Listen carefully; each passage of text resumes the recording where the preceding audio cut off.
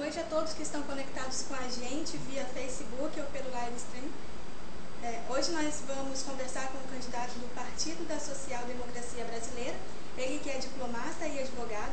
Na carreira política já foi deputado federal, prefeito de Manaus e senador, e agora disputa novamente as eleições para prefeito de Manaus, o candidato Arthur Virgílio Neto. Boa noite, candidato. Boa noite, Cíntia. Boa noite, Leuze, ao Carlos e ao Neto. E a todo mundo que está com a gente no... Claro, a todo mundo que está nos vendo e nos ouvindo. Lembrando que você pode enviar sua pergunta aqui no chat do live stream ou pelo Facebook. Vamos às perguntas? Vamos lá, vamos à luta.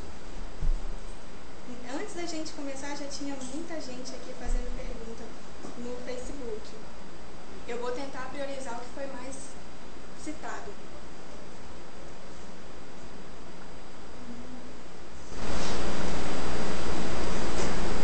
Senhor Arthur, a respeito dos problemas relacionados a animais domésticos abandonados, qual será a sua proposta de melhora desse serviço prestado pela população, mais eficiente no centro de controle nos zoonoses e programas programas para o bem-estar deles na cidade? Beatriz Rocha, quem está perguntando. Olha, Beatriz, eu cheguei à idade que tenho, nunca deixei de ter cachorro conosco em nenhum ano da minha vida. Eu sempre tive cães, criei todo tipo de cachorro que você imagina, de poodle a pitbull, ou seja, todo tipo. Já tive gato, eu amo os animais. Meus filhos todos são apaixonados por animais. Eu considero uma maldade muito grande essa solução de se retirar o cachorrinho vadio da rua e se levar o cachorrinho para um lugar onde ele vai ser exterminado, estilo câmara de gás, como os nazistas matavam os judeus. Entendo também que denúncias de maus tratos a animais devem ser apuradas e punidas com muita clareza, porque, afinal de contas, eles fazem parte da natureza, eles são indefesos nas mãos das pessoas que os maltratam, e nós temos que exigir, como princípio de civilidade, de civilização, de processo civilizatório, respeito a eles animais. Portanto, é um compromisso muito claro do nosso governo conviver bem com a natureza, respeitá-la, e conviver bem com os animais, respeitá-los. No meu caso, eu amo e respeito os animais. Marcelo Santos, gostaria de saber do senador Arthur Virgílio Neto. O senhor é senador, né? Não. Eu fui senador, isso mesmo. O que ele fará no âmbito municipal? Até porque, se eu fosse senador, eu não seria candidato a prefeito, seria uma irresponsabilidade da minha parte. Eu ia largar o Senado, uma hora que a Zona Franca precisaria tanto de mim para disputar o Senado, eu não faria isso. Eu justamente estou livre para disputar a prefeitura, porque numa eleição muito tumultuada, com muita irregularidade, me tiraram o mandato de senador, conforme o Amazonas e o Brasil sabem muito bem. Mas foi um cargo que o senhor gostou de exercer? Olha, todos os cargos públicos que eu tive, eu gostei de exercê-los na medida que eu me dediquei a eles de corpo e alma, porque eu sou essencialmente uma pessoa pública, um homem público. Eu respeito muito todo mundo que gosta da iniciativa privada, e que são pessoas que geram emprego, que geram riqueza. Agora, eu não tenho 1% no meu sangue de iniciativa privada, eu tenho 100% de figura pública. Eu sou uma pessoa devotada à causa pública. Então eu me jogo de corpo e alma nessas missões, e essas missões, portanto, me dão a alegria do dever cumprido quando eu termino de executá-las. Eu falo isso porque há menos de um ano o senhor falou para o jornal Diário do Amazonas, D24, que era o Diário do Amazonas, o senhor disse o seguinte, ano passado: apesar de me sentir honrado com o convite, meu desejo não é fazer parte do executivo. É uma trajetória que já percorri e, apesar de abrir muito minha mente, não me realizou tanto quanto de senador. Mas o partido quer colocar em cada município um nome forte para popularizar o 45. E meu nome tem sido muito cotado, disse o ex-senador Arthur Virgílio Neto. Exatamente. Eu estava já em pleno processo não digo posição, mas de pressão dos companheiros para que eu disputasse a prefeitura. Eu estava tentando fugir dessa pressão porque Enfim, eu não estava mesmo pensando, o que eu disse ali era absoluta verdade. Eu já tinha passado pela experiência de governar Manaus, eu estava esperando, que pode acontecer a qualquer momento, o julgamento dos processos que avaliam as denúncias de fraude eleitoral em Manaus na eleição de 2010 para o Senado. E tem uma coisa que é dita por uma figura, Cíntia, que não é da sua geração, e não é da geração, claro, da maioria das pessoas que estão nos vendo, que um grande brasileiro chamado Ulisses Guimarães foi o grande comandante do Brasil no caminho da retomada da democracia. O Dr. Ulisses falava o seguinte, que o verdadeiro homem público, ele é sobretudo do legislativo. Ele passa pelo executivo, e tem que passar bem pelo executivo, mas ele é sobretudo do legislativo. Ele diz mais, desconfie daqueles que só pensam no executivo, porque não é muito normal. O normal é ter experiência no executivo, eu já tive algumas. Eu já dirigi o meu partido, que é um grande partido nacional, por 3 anos. Eu já fui ministro-chefe da Secretaria-Geral da Presidência da República, portanto ajudei a governar o Brasil. Já fui prefeito da minha cidade. Ou seja, já tive experiências executivas que eu considero assim muito boas para a minha experiência, para a formação que acabei compondo. Mas o parlamento é sempre para onde a gente volta, porque o parlamento é um lugar mais normal. Não tem aquela proximidade do cofre, aquela proximidade que atrai a tantos. É uma dedicação pública a mais, essa que eu pretendo fazer e doar à cidade de Manaus. Mas voltando para a pergunta do Marcelo Santos, gostaria de saber o que o senhor fará no âmbito municipal para incentivar os empresários individuais, as micro e pequenas empresas, a alcançarem seu empreendimento e assim gerar emprego e renda para a população de Manaus. Boa, muito bem. As micro e pequenas empresas estão divididas entre aquelas que estão na formalidade e aquelas que estão na informalidade. Nós queremos atrair o máximo delas para a formalidade, até para que elas possam se desenvolver tecnologia. Nos Estados Unidos, pequena empresa é capaz de exportar, fazer parte de honra da pauta de exportações americana. Elas se desenvolvem tecnologicamente. Temos que fazer a mesma coisa aqui. Preparar os empreendedores, aí entra o papel do SEBRAE. A Prefeitura vai trabalhar muito irmanada com o SEBRAE. Eu estou desenvolvendo um conceito, que é o conceito da chamada economia social, que engloba essas empresas pequenas, formais, informais, taxistas, mototaxistas, motoboys, vendedores ambulantes, camelôs, engloba a todos. Nós queremos abraçar essa causa e construir, a partir do princípio da cooperativa, do cooperativismo, as condições de eles progredirem, de avançarem na vida. Então uma coisa fundamental para todos esses que eu falei é crédito. O crédito tem que ser subsidiado, tem que ser barato, para que o dinheiro corra nas mãos dessas pessoas e daí para o mercado, alimentando a economia, gerando empregos diretos e indiretos. Em outras palavras, eu entendo que a grande chave para se trabalhar a figura do crescimento das micro e pequenas empresas é nós lutarmos pela formalização, lutarmos pelo cooperativismo e colocarmos crédito bom, dinheiro barato nas mãos desses empreendedores. Júlio Ventilari aqui com a gente, e ele pergunta: Manaus é uma cidade cheia de graves problemas. Há muitas críticas, por exemplo, contra a presença dos mototaxistas.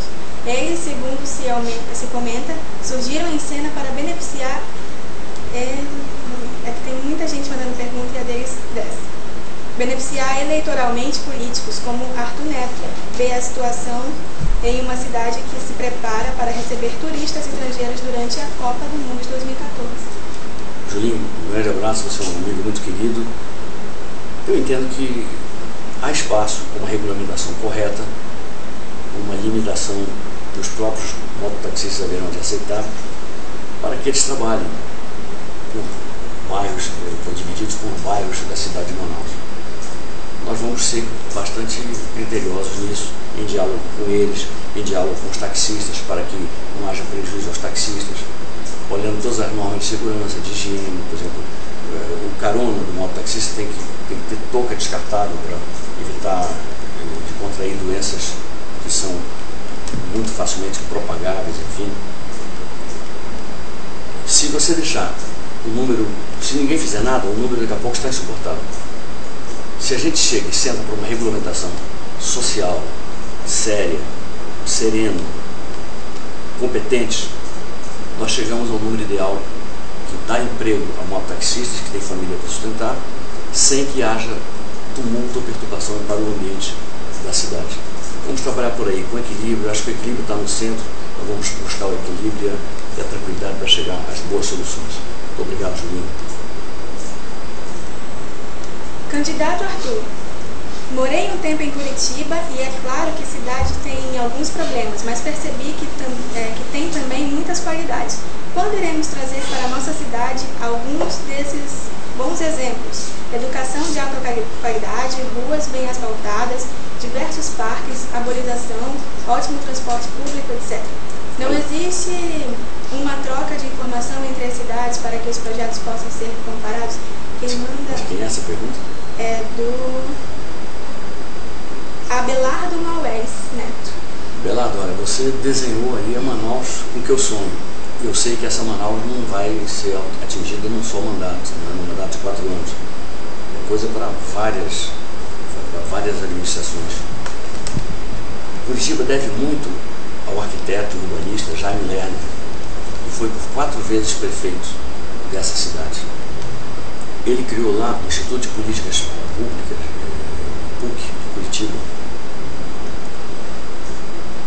e criou políticas tão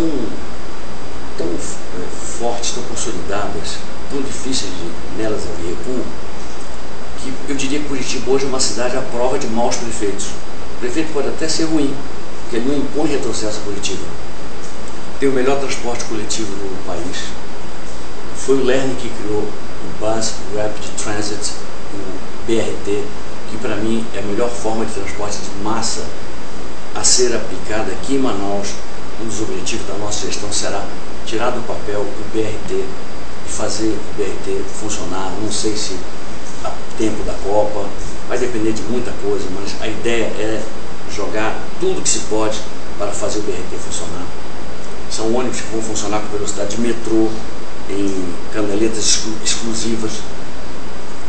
E o resto é se procurar resgatar a credibilidade do poder público. A arborização, por exemplo. Eu não acredito em arborização feita só pela prefeitura. O povo acaba não dando bola, acaba havendo vandalismo por parte de algumas pessoas que estão muito frustradas com a própria vida, com a vida que levam. E eu tenho muita solidariedade com as pessoas que vivem esses momentos. Se a gente leva para fazer a arborização, fazer o plantio das árvores, estudantes, mulheres, se a gente leva a comunidade conosco, a comunidade vai se sentir dona das árvores. Nós temos um projeto muito bonito, que é plantar uma árvore, pelo menos, na frente de cada casa da cidade de Manaus. É uma coisa ambiciosa, mas mudaria muito a face da cidade. Eu queria que as pessoas voltassem a gostar de Manaus e, portanto, não depredassem aquilo que se constrói. Para isso é preciso que nós recompormos e reconstruirmos as 2.700 paradas de ônibus que hoje estão em situação de abandono. Nós queremos iluminação, queremos abrigos. Hoje é lugar para estupro, é lugar para assalto, nós não queremos isso. Iluminação pública tem que ser forte, até para evitar assaltos, que a iluminação sempre afugenta um determinado tipo de assaltante. Eu queria que a gente aos poucos fosse implantando a iluminação a LED aqui em Manaus, para ficar bonita a cidade, para ficar muito fortemente iluminada. Nós temos mais de 11 mil postes de energia, de iluminação. Sempre, Cíntia e Abelardo, tem mais de 1.000 postes em conservação. Então tem sempre mais de 1.000 pontos escuros em Manaus o tempo inteiro. Alguns postes são ainda de madeira, são precários. Nós vamos olhar esses detalhes todos. Então, se o Abelardo pergunta para mim, Arthur, você sonha com ver Manaus parecida com Curitiba? Eu digo assim, sonho. Manaus seria muito melhor do que Curitiba, até porque Curitiba não tem o Rio Negro, Manaus tem. Nós precisamos ter os equipamentos urbanos e a funcionalidade que Curitiba tem e que Manaus não tem. Agora, se dá para fazer tudo isso na minha gestão, não dá, Abelardo. Dá para melhorar, enfrentando alguns problemas e resolvendo muitos problemas. Mas não dá para resolver todos os problemas. Eu não quero faltar com a verdade, não quero cair naquela lista de promesseiros que depois não cumprem o que diz, que não sustenta a sua própria palavra. Eu entendo que nós temos que fazer o que está ao nosso alcance e torcer para que outros gestores peguem esse mesmo bom rumo e toquem para frente. E um dia Manaus vira, sim, essa Curitiba que você acabou de revelar para nós e que é uma cidade muito boa no contexto brasileiro. É possível, de alguma forma, garantir que os benefícios desses 4 anos durem por mais tempo, como lei, não sei? Eu acho que 4 anos você pode conseguir dar um rumo para a cidade, melhorar muita coisa, resolver muitos problemas e criar na sociedade aquele orgulho da administração que você fez. E a sociedade passar a tomar conta das conquistas daquela gestão. E a sociedade passar a não permitir que outros administradores ajam de maneira diferente daquele rumo correto que foi imposto à cidade. Eu dou um exemplo. Eu tenho muito orgulho de um episódio da minha primeira gestão. Não se fazia praticamente saneamento básico nenhum. Drenagem não havia. Não se fazia tubulação ao se asfaltar. Depois da minha gestão, passou a ser uma exigência da população dos bairros, da cidade como um todo. Ou seja, foi algo que significou uma contribuição que modestamente eu dei para a cidade de Manaus. Eu quero dar outras, quero dar muitas mais. Assim como eu também vou seguir tudo que é programa bom que encontrar. Eu vou manter os programas sociais corretos que estão aí, leis do meu filho, carretas da saúde. Vamos procurar ampliar as conquistas do Bolsa Universitário, o Bolsa Família Municipal. A gente pode aumentar a base de alcance, inclusive aumentar um pouco o recurso. Eu pretendo colocar mais R$10 ali. Dá para fazer tudo isso. Agora também eu quero aumentar, e aí vai ser uma conquista do nosso governo muito forte, ser muito agressivo no combate ao câncer de mama, ao câncer de colo uterino. A mulher tem que ter direito e ao acesso universal ao exame de prevenção de câncer de colo uterino e de câncer de mama. Porque é um absurdo, uma coisa tão facilmente evitável, ainda ser uma causa de morte tão expressiva entre as mulheres. Então nós vamos procurar enfrentar os problemas sem ilusões, sem vender ilusões, não sou mercador de ilusões, e procurando sair, como sempre procuro fazer, das minhas missões públicas, com a cabeça erguida e com a consciência muito tranquila. Eu estou surpresa de ver participando com a gente aqui o Reginaldo Lima, que está lá em Paris, e eu acho que 6 horas de diferença lá são piores. Paris. Ele e o Daniel Santana está aqui mesmo, eu acho. Mas eles fizeram uma pergunta parecida. Vou ler aqui a do Daniel. Senador, qual é a diferença da sua candidatura para das outras campanhas? Qual é o seu diferencial? Olha, primeiro, o tempo vai passando, a gente vai amadurecendo, no fundo a gente vai envelhecendo e não dá para desprezar os cabelos brancos que a gente conquista.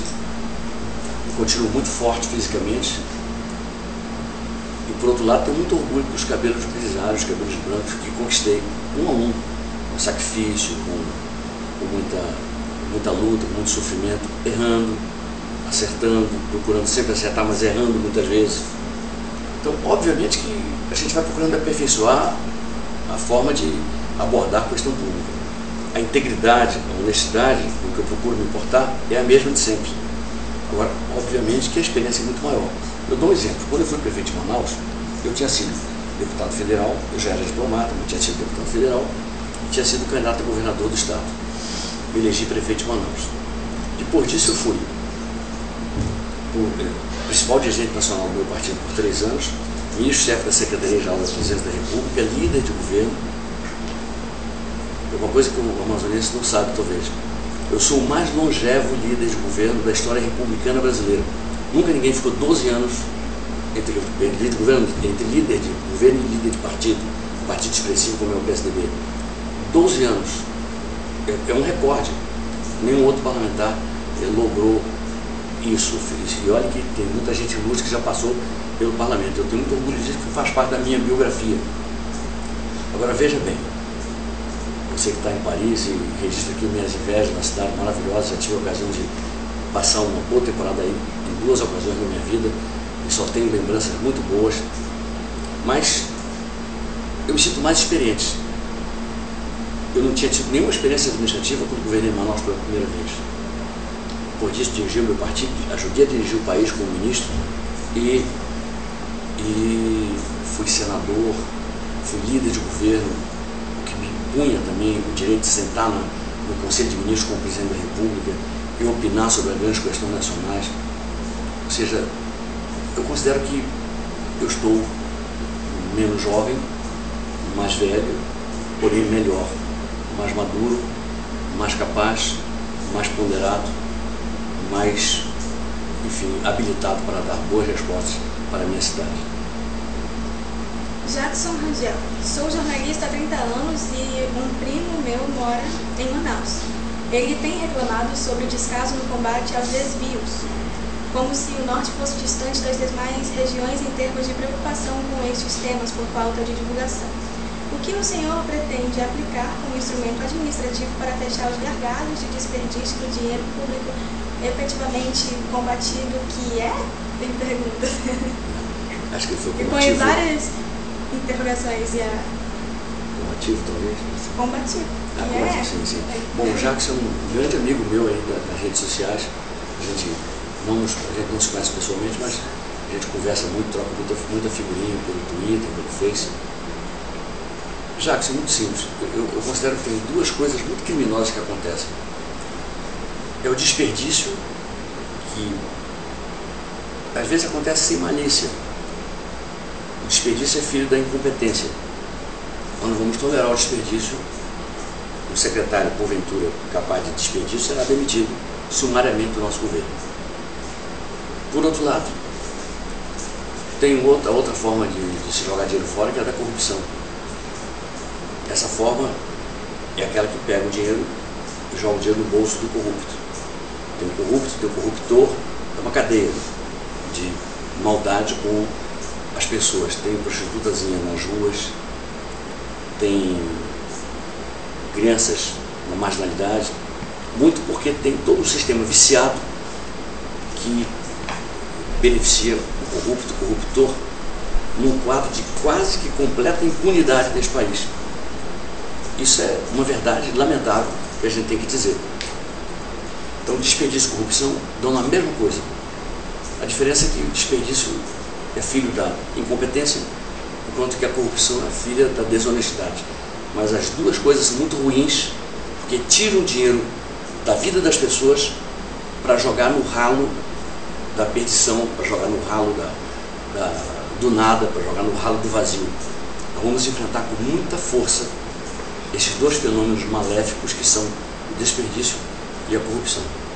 Mas como? Olha, nós vamos jogar muito pesado. Eu já convidei para ser chefe, para ser procuradora-chefe do município, a doutora Silvana Nobre. Eu convidei e disse, olha, eleito, fiz o convite publicamente. Eleito, ela só não será se ela não quiser. Eu considero a doutora Silvana Nobre, uma procuradora de justiça que tem aqui em Manaus, um exemplo de alguém que combate a corrupção, dedicou sua vida ao combate à corrupção. É mais conhecida em países aqui da América do Sul do que no Brasil, e mais conhecida talvez no Brasil do que aqui no Amazonas. Ela é uma pessoa mignon como você, uma mulher baixinha, resoluta, muito valente, porque eu tenho uma grande admiração. Um nome como dela significa um compromisso muito claro, simbolicamente estabelecido através do convite que eu reitero aqui, de se enfrentar esse mal. Significa fazer licitação séria, significa nomear pessoas íntegras, significa não compactuar não admitir chacrinha no governo, ou seja, nada de turminhas no governo, ou seja, errou, rua, não deu certo, rua, deu certo, continua, nada de aplaudir quem dá certo, nada de aplaudir quem é honesto, porque ser honesto é obrigação, não é qualidade nenhuma. Se ele for honesto e não for competente, ele continua atrasando o país. Ele tem que ser honesto e competente. Agora, se ele for desonesto, aí é melhor que ele seja incompetente, Porque o desonesto e incompetente, ele usa a inteligência dele para o mal, para fazer muito mal ao país e às pessoas que vivem no país, na cidade, no estado. Então nós temos um compromisso muito claro de fechar os ralos e de enfrentar com decisão tudo aquilo que se perceba de irregularidades. E um instrumento muito forte para se enfrentar a corrupção é a imprensa livre. Meu governo não vai ficar preocupado com críticas, ao contrário, eu quero que denuncie irregularidades para que a gente possa puni-las. E quero também, obviamente, que haja uma oposição forte, de preferência sensata, mas forte, que aponte os defeitos do governo para que a gente veja quais são aqueles defeitos reais mesmo e se possa corrigir a partir do brado da oposição. Meu governo não será um governo de silenciar a oposição, de jeito algum. Será um governo de conviver com respeito com a oposição, por entender que a nossa sociedade é plural e que se Manaus for governada de maneira plural, com respeito à opinião de quem é contra o meu governo, nós vamos poder corrigir defeitos e avançar na direção de uma Manaus bastante mais justa do que a que nós temos visto há tantos anos e há tantos governos. Carlos Nogueira está cobrando aqui, trânsito e calçada ainda não foi falado? Ó, quando a gente fala de trânsito, inevitavelmente vamos falar de mobilidade urbana. Pois é, falei do BRT, viu, Carlos? Não sei se você estava aí já em ação, ouvindo a gente. Aposto, não sei se você estava a postos, mas a prefeitura tem dinheiro para fazer algumas intervenções viárias. Não tem dinheiro para fazer todas as necessárias. Para fazer mais do que aquelas que ela pode, ela teria que ter, e ela vai ter certamente, parcerias estaduais, federais e internacionais. Internacionais com a Comissão Andina de Fomento, com o Banco Interamericano de Desenvolvimento, com o Banco Mundial. E nós vamos, obviamente, apresentar ao governo federal projetos competentes para obter recursos, assim como também ao governo estadual. Nós temos que fazer também pequenas intervenções, estou me referindo aí às maiores, já vamos falar das menores. Pequenas intervenções significa recuperar vias já existentes de modo a facilitar o trânsito. São coisas mais fáceis de se fazer. Uma pequena mexida de engenharia pode significar um escoamento mais fácil do trânsito. E insisto que nós temos que enfrentar a questão da mobilidade urbana pensando em meios revolucionários de transporte. E aquele que eu julgo ideal para Manaus é precisamente o BRT, o ônibus rápido no trânsito, o Bus Rapid Transit, o BRT, que aliás é tecnologia brasileira do arquiteto Jaime Lerner, que governou por 4 vezes a cidade de Curitiba. Eu podia dizer mais algumas coisas. Nós temos que olhar essa questão pelo ângulo do conforto do passageiro, do usuário, pelo respeito aos idosos, pelo respeito à mulher grávida. A mulher grávida hoje, ela já não paga, praticamente não paga passagem. Nós deveríamos talvez regulamentar isso, estabelecer gratuidade de passagem para a mulher grávida, porque ela já não paga, ela apenas tem que ser tratada com mais respeito, até porque ela está carregando um brasileirinho ali, uma brasileirinha ali, e muito respeito ao deficiente. Nós temos que ter todos os ônibus com acessibilidade. Não acredito muito em deficiência, não. Acredito em descaso do poder público, porque se houver rampa de acesso em tudo que é lugar, a deficiência fica menor. Se houver tecnologia à disposição dos deficientes, eles ficam menos deficientes. Eu quero olhar essa questão como um todo. Agora, tem algo de que a gente não pode escapar, que é a discussão puxa, como o trânsito é ruim porque as ruas não estão boas, porque o sistema de transporte é antiquado. Aí todo mundo sai com o seu carro para a rua. No momento que a gente tiver o sistema de transporte, com o BRT, que dê confiança às pessoas de deixar seus carros em casa, que vão ter um meio para ir e vir melhor, a gente vai ter alguma melhora, enfim. Mas o sistema nosso brasileiro, o sistema nosso, ele é irracional na medida que são milhares de carros, de milhares e milhares emplacados todos os anos e colocados em circulação, poluindo. É uma coisa terrível, é quase que um ciclo vicioso. Um carro está batendo no para-choque do outro e as pessoas passam mais tempo morando nos carros, nos ônibus, nas vans, os executivos do que propriamente nas suas casas. Isso já é um sinal de estresse em potencial e de anomalia. Nós vamos enfrentar a questão da mobilidade urbana com decisão, com coragem, com espírito público, com bastante vigor. E calçadas. Porque Assim. assim como o deficiente pode ficar não deficiente com uma calçada que foi planejada para ele, quem não é deficiente está deficiente agora em Manaus com uma calçada que não existe. Quando eu fui prefeito, a gente fez um programa chamado Probecos. Por quê? O ideal para mim é que não existisse o beco, mas existe o beco. Então, nós passamos a urbanizar becos, a fazer drenagem, a dar uma condição digna de vida para quem morava em becos em Manaus. Eu estou pensando no pró-calçadas. Fazer calçadas. Primeiro, não fazer nenhuma obra que não preveja a calçada. E procurar resgatar, aos poucos, o déficit de calçadas que nós temos. Mas Manaus hoje é uma cidade sem calçadas. Uma cidade que eu até brinco que não dá nem para a gente reviver aquela coisa do tempo dos meus pais, assim, que ficava ali na cadeira de balanço. Manaus é uma cidade diferente, cidade menor, muito acolhedora, muito menor, porém. Eu não gosto muito dessa coisa de regressar ao passado, mas algumas coisas do passado eram muito boas.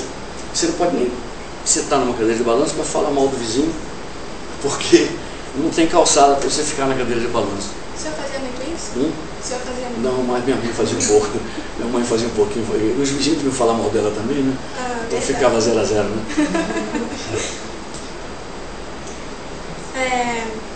Quanto tempo para fazer a BRT e a calçada? BRT, é possível? A calçada é uma coisa mais simples, né?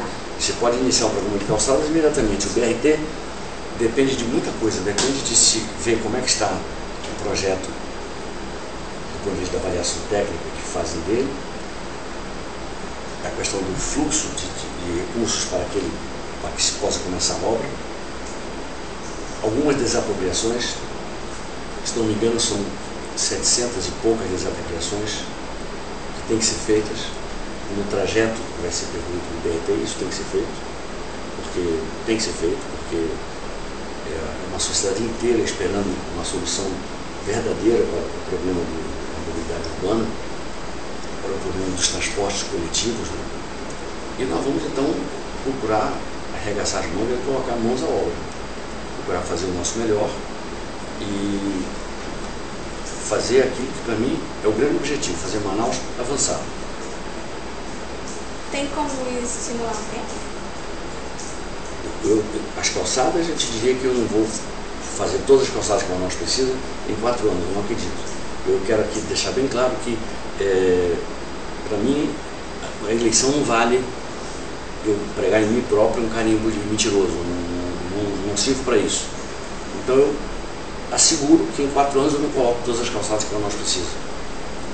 Asseguro que em 4 anos eu posso trazer muita calçada, mas asseguro que vai ficar faltando muita calçada para fazer. E o BRT não depende apenas da vontade do prefeito, depende de muita coisa. As desapropriações, claro que depende da prefeitura muito, mas tem outros fatores ligados ao próprio financiamento do projeto que dependem de forças estranhas à prefeitura. Mas o objetivo da gente é entrar e procurar tirar do papel o mais rapidamente possível o BRT, para pôr a obra em andamento. E um dia ter o prazer de vê-la funcionando e servindo os habitantes de Manaus. Você sabe quantas pessoas andam de ônibus em Manaus por mês? Quantos passageiros mês? 17 milhões. Quantas passagens mês? 17 milhões. Quantos estudantes mês? Pela carteira de estudantes, né? Quase 5 milhões. É uma coisa impressionante. É um movimento assim muito expressivo. E eu queria ver esses ônibus tradicionais como alimentadores de um sistema novo. Nós temos que ter uma estação nova. Não gostaria que tirasse da matriz, que está exaurida sim, mas não gostaria que se tirasse da matriz antes de se ter alternativa. Para mim poderia ser tranquilamente ali na Praça General Osório, desde que o Exército devolvesse para a Prefeitura algo que hoje virou uma simples praça de esportes. Acho que o Exército brasileiro não vai fazer questão de ficar com algo que pode ser muito útil à cidade e tão pouco útil ao próprio Exército. Mas ali daria para se fazer uma bela estação de transportes. E nessa estação de transportes, ali embaixo, talvez um camelódromo. Tem coisas que dá para se fazer com muita tranquilidade. Agora, vamos lutar para tirar do papel esse sistema de transporte. Eu insisto na palavra tempo porque é um pouco vão dizer para quem está assistindo a gente que o que vai ser feito, mas não... Pior, seria ruim se eu dissesse assim. Não, eu não estou dizendo para o senhor mentir. Eu estou dizendo que é bom dizer um tempo para a gente saber o que esperar. Mas eu estou te dizendo que como não depende muito do financiamento, isso também. Porque ruim é se eu falasse assim, entre o dia 1º de janeiro, dia 2 de janeiro está inaugurado o PRT. Eu deixo para outros falarem se quiser. Eu prefiro ficar na minha. Mas é por isso que eu insisto no tempo, eu estou só explicando que eu entendo para a gente saber em quanto tempo a gente pode ver Manaus mudar.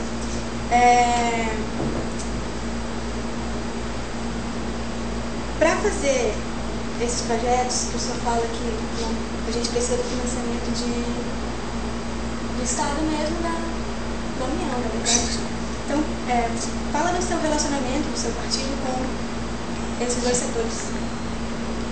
Olha, para mim completamente normal será o relacionamento, porque para mim o que deve importar é a qualidade do projeto. Eu tenho uma relação pessoal muito boa com o governador do Estado, e pretendo ter uma relação pessoal muito boa com a presidente Dilma Rousseff. Agora, o que vai valer vai ser a qualidade dos projetos que a Prefeitura vai apresentar. Essa história essa balela de porque o Arthur foi líder da oposição, então não vão... Então, alguém que diz isso é alguém que não respeita a presidente.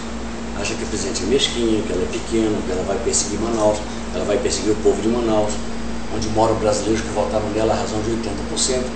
É brincadeira a gente acreditar numa coisa dessa. O PSDB tem quase 900 prefeituras. Só o PMDB tem mais prefeituras do que o PSDB. O PSDB governa 8 estados. É o partido que mais tem governadores. Governa mais da metade do PIB, do Produto Interno Bruto Nacional, mais da metade da população nacional. Nenhum governador se queixa de perseguição da presidente. Ele ia perseguir logo Manaus. Eu diria mais. Tem só membros da bancada do governo, candidatos nesta eleição, tem 3. 2 deputados e uma senadora. Da oposição tem um deputado. Então, tem 4 parlamentares disputando a eleição comigo. Se eu ganho a eleição, sabe que algum dos 4 vai se negar a me ajudar? Vai se negar a colocar emenda no orçamento para viabilizar a nossa gestão, a gestão que vai beneficiar a população, que os elege, que vota neles? Eu não acredito nisso, de jeito nem qualidade. Então eu quero, até em respeito ao presidente, pedir para acabar com essas tolices, com essa batalha toda, porque as pessoas pensam que estão fazendo uma jogada política e estão, no fundo, insultando a presidente. Como se ela fosse uma pessoa má, e ela não é uma pessoa má.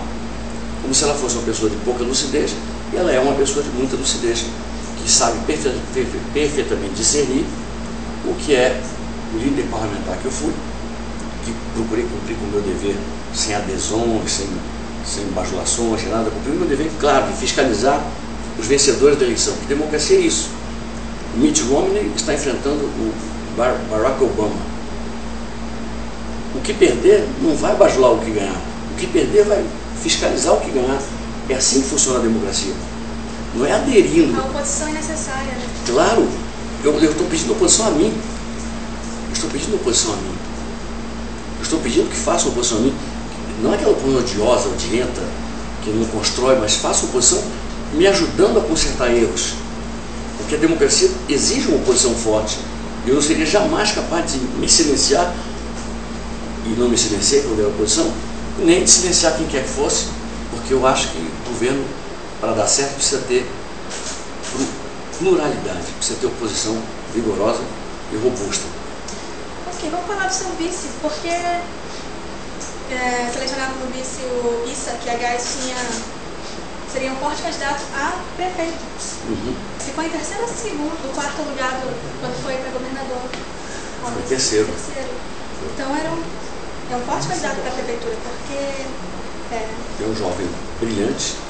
Acho que, aliás, o público quem mais vota no Issa, acredito que sejam jovens.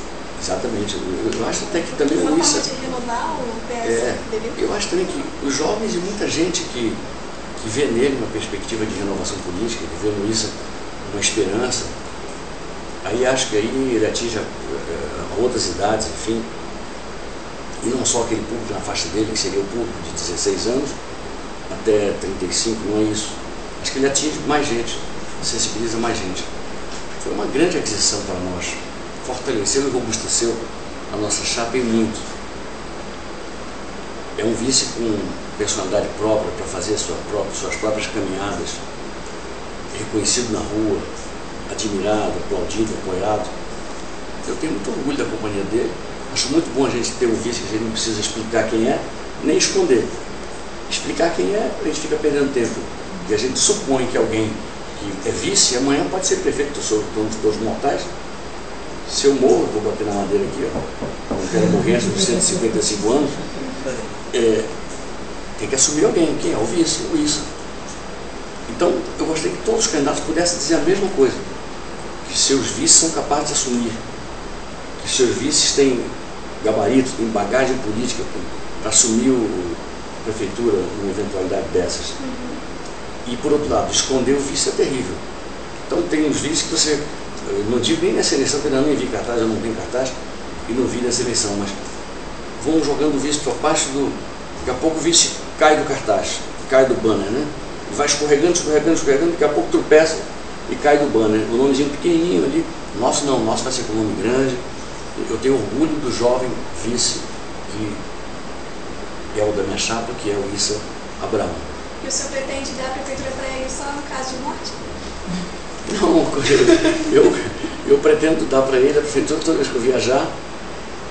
Ele terá a ocasião de ser. Estou dizendo, se o senhor tiver chance de assumir o Senado novamente, o senhor deixa? Não, se eu me eleger prefeito e devolverem o Senado que eu ganhei nas urnas e que a fraude tomou, eu não aceito voltar para o Senado, porque vou me dedicar integralmente à missão de governar a cidade de Manaus. E é uma decisão tomada com muita força, com muita fé, com muita confiança, com muita humildade e com muita meditação. Sou uma pessoa que medito, que procuro elevar meu pensamento a Deus e procurar tomar decisões que sejam capazes de me fortalecer espiritualmente, e essa decisão me fortalece espiritualmente. É uma decisão que me empurra para prestar um serviço, que eu espero que seja um serviço muito expressivo, muito valioso à cidade de Manaus. Aqui tem um pedido da Tassilnei Cunha. Não é uma pergunta, mas eu achei interessante transmitir ao senhor, já que a gente tem essa oportunidade. Quando for prefeito de Manaus, moradores do bairro Coroado pedem que a passarela que tinha na Alameda Cosme Ferreira, próxima à feira coberta, venha a ser reativada, pois a mesma foi arrancada e essa passarela tinha grande utilidade. Os moradores do bairro correm risco de sofrer acidente, pois a avenida é muito grande e perigosa. Se não me engano, essa passarela foi do Grupo Verde, foi daquela mais antiga, foi do Grupo Verde. Sem dúvida, Tassilnei, é uma reivindicação mais do que justa, uma reivindicação mais do que correta, e a preocupação nossa vai ser lutar pela vida das pessoas. Por exemplo, dar muita atenção ao autista, à criança especial, ao enfermo mental, ao usuário de droga, que tem que ter, e aí a gente vai entrar em parceria com médicos e com igrejas para nós fazermos o tratamento científico e ao mesmo tempo darmos o conforto espiritual para evitar que haja recaída após a desintoxicação. Nós queremos ter locais em Manaus que recebam essas pessoas. Portanto, a vida humana, a vida das pessoas, e a gente dedica essa campanha nossa muito à mulher. Quando a gente fala na creche, está homenageando a mulher, que ela passa a poder trabalhar, além de ter seu filhotinho bem acomodado ali. Quando a gente fala numa escola de tempo integral, a gente está falando na mulher. Os pais são liberados para o trabalho e a mulher vai poder trabalhar e estudar.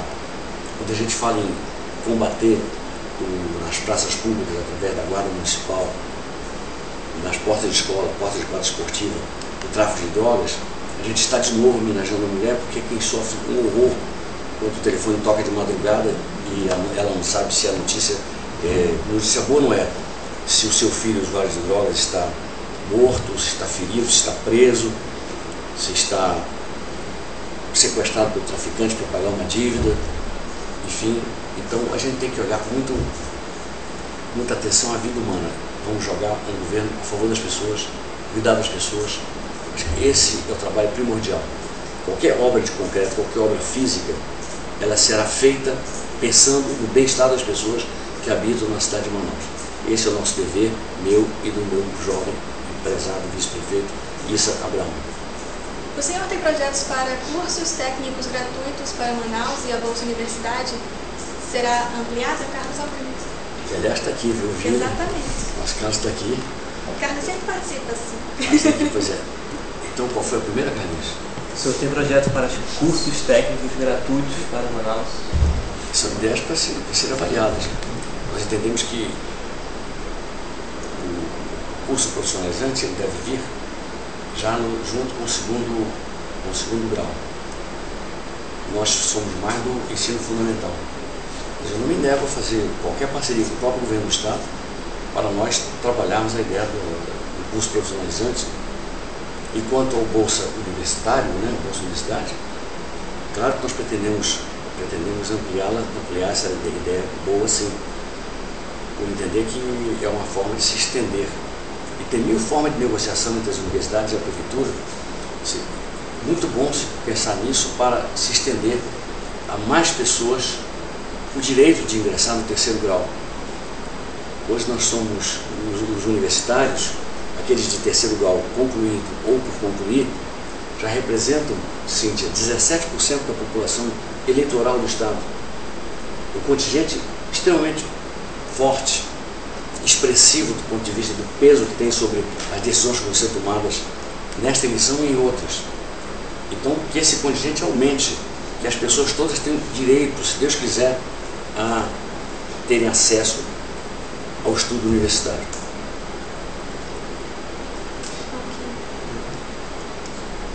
Ivanete pergunta: Arthur, espero sinceramente que seja eleito, faça um governo para o povo, colocou o povo todo em letra maiúscula, como se estivesse gritando, isso é gritar no Facebook.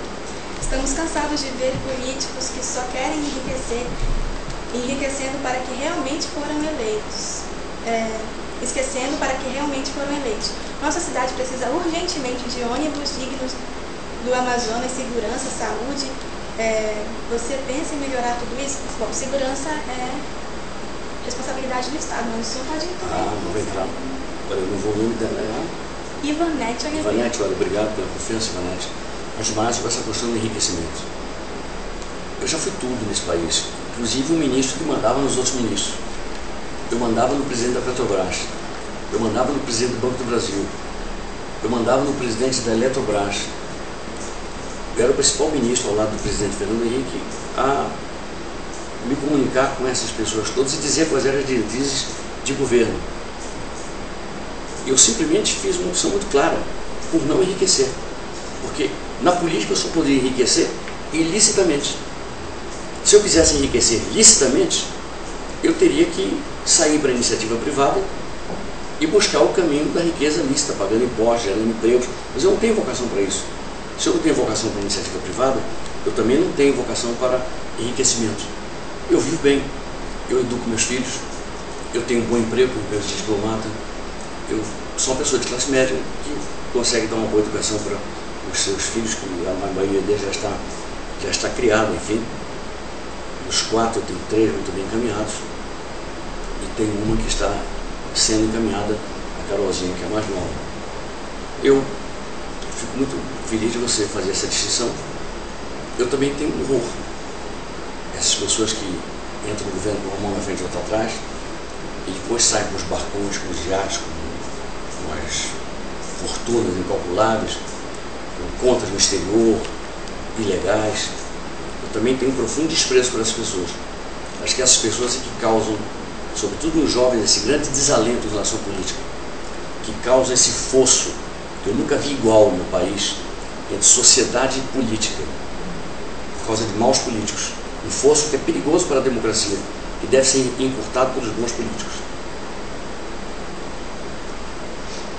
Quais são os seus projetos para o esporte? Não tem nome. Eu sou um esportista e pretendo apoiar o esporte com muita força. A minha primeira ideia é, nas primeiras audiências com o governador do estado, dizer para ele: governador, vamos fazer o seguinte, vamos evitar de gastar 2 dinheiros na mesma coisa. O senhor faz isso, eu faço aquilo, aquilo e aquilo. Não é? É mais racional.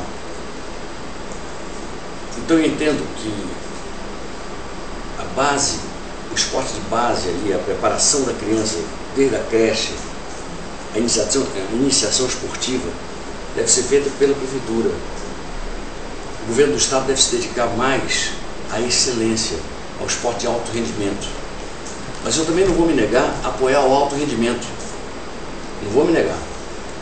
Vou patrocinar sim atletaços que não podem deixar de viajar para uma competição, porque estão sem patrocínio, estão sem passagem, estão sem local para ficar, onde quer que se dê a competição.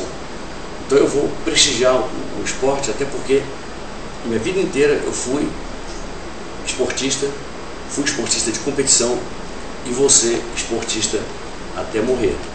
Coisa que eu te disse ainda há pouco, que eu não quero que aconteça essa morte antes de 155 anos de idade, portanto falta muito ainda. Camelôs. Como você pretende tratar essa questão, caso o senhor seja eleito, se o senhor vai fazer como na gestão passada? O que o senhor fez na gestão passada? Você perguntou? Carlos Maurício Nogueira. Ô Carlos, eu tenho conversado muito com os camelôs. A situação era outra, a situação econômica do país era outra, e eu próprio não era outra pessoa, mas eu tinha um outro nível de entendimento e de amadurecimento. O grande erro foi não ter feito aquilo que eu fiz na Compensa, não ter feito em outras zonas da cidade. O mini shopping que está lá, e na época que eu inaugurei com o nome de Núcleo Alternativo de Comércio. Camelôs prosperaram ali, viraram pequenos empreendedores, e é lá que eu monto e conserto as minhas bicicletas. Eu sou ciclista, lá com o Erildo. Nós vamos trabalhar com eles, uma saída para eles. Eles querem sair das ruas, não querem sair do centro, eles querem sair das ruas. Nós estamos em plena conversa franca, fraterna. Eles sabem que se eu eu puni quem bateu no camelô, eu puni quem roubou mercadoria de camelô, eram 600 guardas municipais apenas os que eu tinha sob minha ordem, eu demiti 1.200, renovei a guarda em 200%. Mas eu não quero fugir da responsabilidade, porque não é meu feitio também, fugir de nada.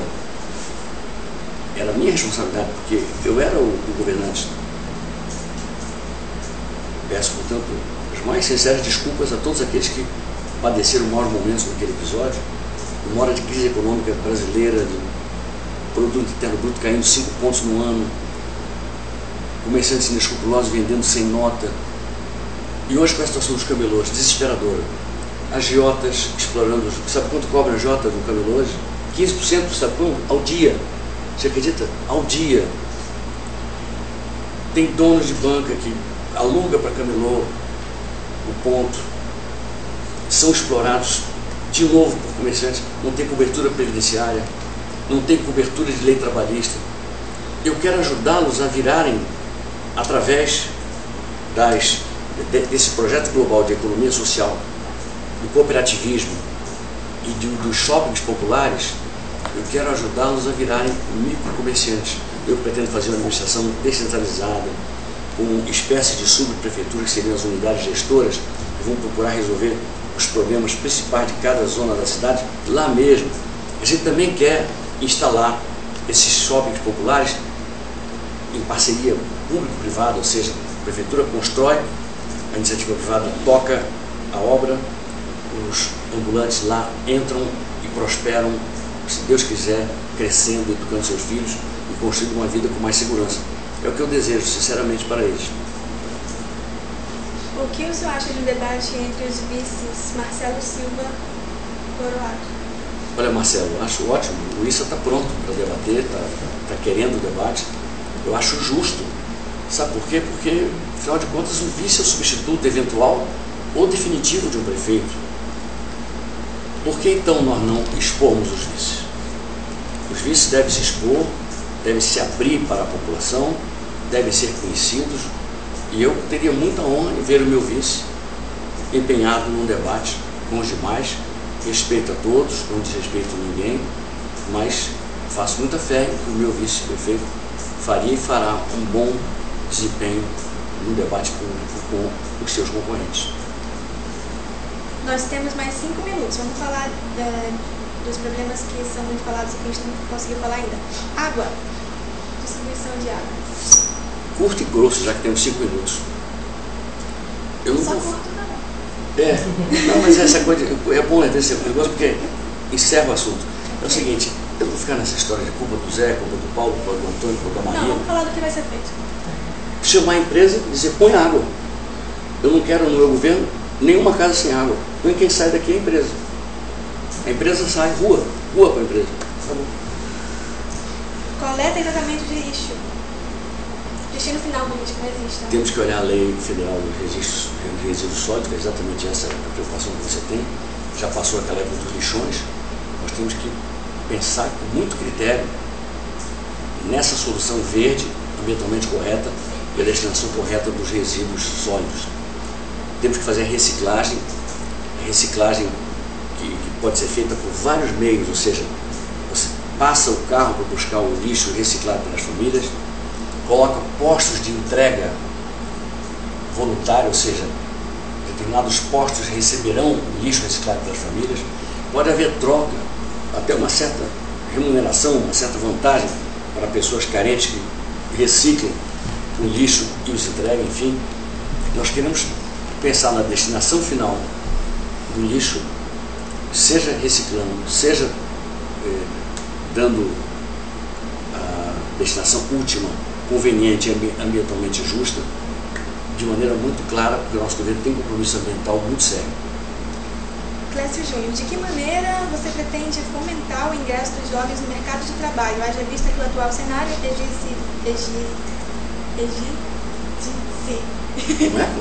Exige-se. Exatamente. Como é? Exige-se. Ah, sim. Experiência em quase tudo. Mas como ter experiência se não se consegue um trabalho? Inclusive, devemos estimular com as empresas os estágios, até porque já se vai ganhando experiência no estágio. Depois, quando se forma, já tem, ou no curso profissionalizante, ou no terceiro grau, já tem a possibilidade de um emprego real. Agora, o desemprego é muito mais alto entre os jovens do que entre os demais segmentos.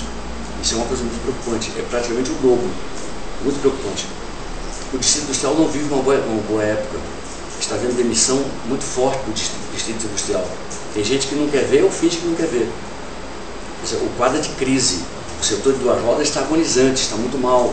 A Zona Franca está passando por um dos seus momentos mais desafiadores. Isso tudo se reflete nas pessoas, inclusive jovens, que trabalham ali no distrito industrial. Nós vamos estimular o primeiro emprego. Nós vamos nos reunir com lideranças da juventude, elas estão acorrendo a nossa campanha com muita força, para com elas montar esse projeto. Agora, não é a primeira vez que se ouve falar em primeiro emprego. Eu não quero ser mais uma meramente falar. É por isso que eu não apresento um programa de governo assim, tipo, Cíntia, está aqui meu programa de governo, Carlinhos está aqui, o Leos está aqui. Não. Nós estamos compondo um programa de governo para apresentar lá para setembro, antes da eleição de primeiro turno, junto com a sociedade. Nada de dizer, está aqui, toma lá, que é o que eu penso. Eu quero saber o que você pensa para você me ajudar a fazer com você um programa de governo que seja realmente realizável, justo e bom para a cidade de Manaus. Nós temos um minuto, mas tem uma pergunta que eu preciso fazer, que é do Rafael Sanzio. Querido candidato, Manaus vive essa ilusão de zona franca, mão de obra barata e investimento nenhum no funcionário. Um lástimo a jornada de trabalho. Qual a sua opinião sobre esse desenvolvimento? Olha, nós temos que criar alternativas à Zona Franca, mas não podemos pensar, sabe, Rafa, em abandoná-la. É o que nós temos. Sem ela, isso aqui vira um pôr de lenha. Nós temos que criar alternativas muito claras, aproveitar a nossa riqueza biológica, a nossa riqueza propiciada pela floresta, pelos rios, E as nossas riquezas minerais, inclusive, o turismo, temos que criar alternativas, mas proteger a Zona Franca e procurar consolidar esse polo cada vez mais. Eu, em relação aos funcionários, eu trabalhei com muito respeito pelos servidores municipais quando fui prefeito de Manaus. Procurei criar uma equação em que eu entendia que o funcionário reciclado, preparado e bem remunerado, ele era capaz de oferecer bons serviços a quem paga impostos. Então eu quero fazer algo melhor do que isso ainda. Ok, nosso tempo acabou, acho que é hora das considerações finais e nós gostaríamos de agradecer você ter aceito responder a gente aqui na internet pelo site Manauara e ter dedicado essa uma hora para responder às pessoas. Olha, adorei as perguntas todas, adorei o site Manauara, adorei as suas perguntas inteligentes, enfim, vocês todos, foi um momento muito bom. Eu acredito muito nesse veículo, essa ferramenta que é o Face, esse conjunto de ferramentas que é a internet. E acredito que nós temos mesmo que nos comunicar cada vez com mais força por aí. Isso aqui já deu revolução no norte da África, em países governados por ditaduras cruéis. Os jovens conseguiram derrubar ditaduras, enfim. Não sei nem o que vai dar nisso, coisa boa ou ruim, não sei. Só sei que o passo primeiro foi dado e ditaduras de 40 anos como a do Gaddafi caíram. A do Mubarak, no Egito, caiu também. Pela mobilização de jovens na internet. Aqui não se trata de derrubar nada, nós temos uma democracia, temos que ampliá-la e melhorá-la. Se trata de nós, com muita nitidez, nós dizemos que fica difícil até se governar sem a internet. O nosso governo vai governar com a internet. Leis vão sair daquilo que vier da internet para nós. Controle administrativo vai vir pela internet. Ou seja, nós vamos fazer um governo que eu nem gosto da palavra moderno. Acho que o moderno está superado pelo contemporâneo. Vamos fazer um governo contemporâneo, um governo com a cara do hoje. O moderno tem um pouco a cara de ontem, cara de pão dormido. Eu não gosto muito de modernidade, não. É uma coisa meio Collor, assim, meio modernidade, aquele pulso, aquela coisa. É o contemporâneo. O contemporâneo é o que tem cara de hoje. E a cara de vocês, da geração sua, do Carlos, da Leuze, do Wellington, dos que estão nos ouvindo, na sua grande maioria. E aqueles que não são da geração de vocês, que estão nos vendo e ouvindo, claro que tem o espírito jovem. Eu rendo a eles a minha homenagem e mando para todos vocês o meu carinho. Muito obrigado. Obrigada, gente. Até a próxima terça.